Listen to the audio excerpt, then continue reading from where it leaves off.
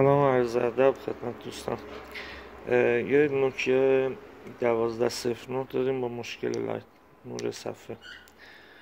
این که میبینید روشنش کنم.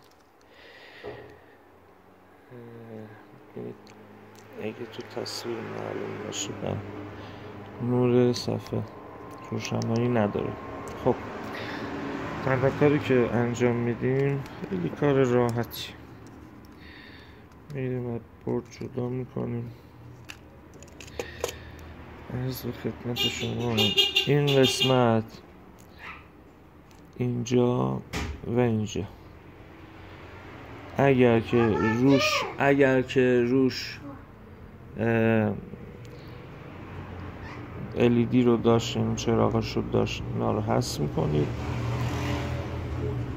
و از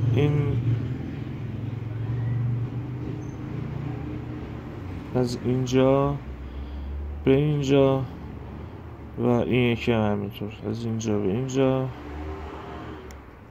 ببینید از اینجا به اینجا جامپ میزنید، سیم میکشید و این یکی تمام.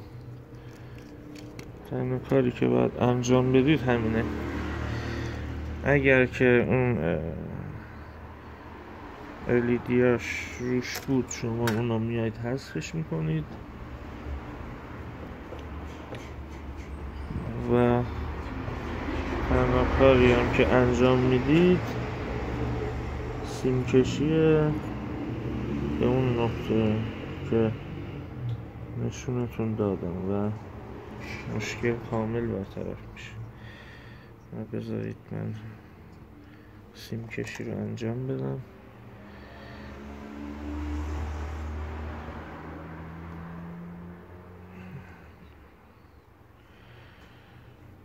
ببینید که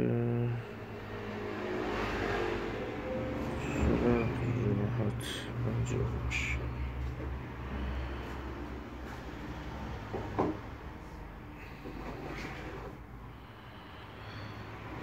روغن حتما استفاده کنید که راحت تر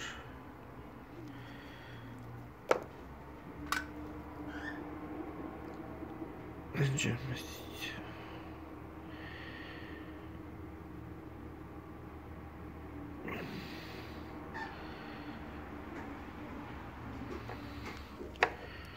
یکی همین صورت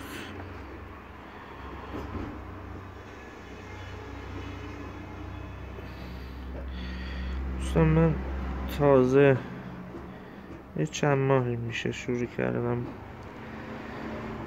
فیلم میذارم از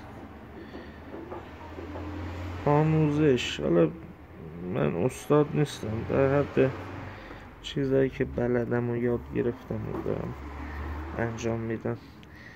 اگر صلاح دونستید براتون سخت نبود منت بذارید سر ما، کامنتی معرفی کنید به بقیه. هر کاری که صلاح میدونید رو انجام بدید ممنونتون میشم.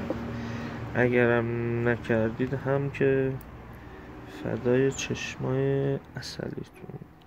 خب میریم برای تست.